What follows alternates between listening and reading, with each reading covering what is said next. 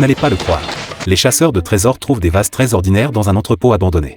A été estimé à 3200 $. Lorsque la porte de l'entrepôt numéro 1 a été ouverte, son contenu a laissé les chasseurs de trésors perplexes. Il y avait tout simplement trop peu de choses à l'intérieur. Seulement quelques boîtes enveloppées dans des couvertures. Tout le monde a perdu tout intérêt.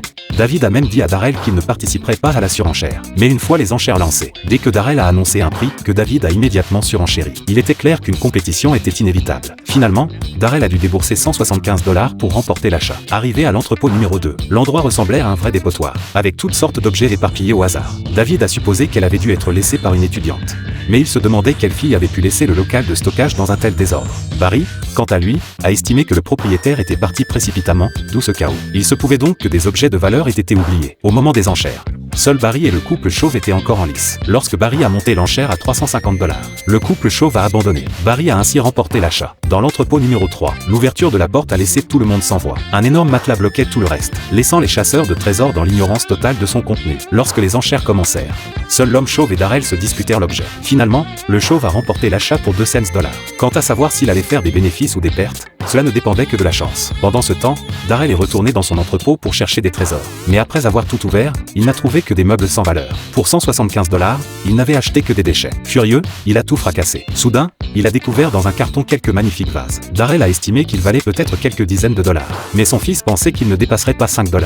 Ils ont même parié un repas sur leur estimation. Pendant ce temps, Barry fouillait dans son entrepôt en désordre à la recherche de trésors. Il n'a trouvé qu'une paire de chaussons de femme et un néon ancien. Barry pensait que le néon pourrait valoir plus que les chaussons. Il l'a donc apporté à un expert pour évaluation. Pendant ce temps, le couple chauve était également à la recherche d'un trésor. Après avoir déplacé le matelas, le chauve a été déçu. Il n'a vu qu'un tas de déchets. Refusant d'abandonner, il a grimpé et fouillé partout, réussissant à rassembler quelques objets qui pourraient lui permettre de rentrer dans ses frais. Mais Britney repéra alors un sac en plastique. En l'ouvrant, son contenu a provoqué des cris de surprise du couple. Pendant ce temps, Barry a fait expertiser ces objets. Après inspection, l'expert déclara que c'était des déchets que personne ne voudrait, même abandonnés sur le bord de la route.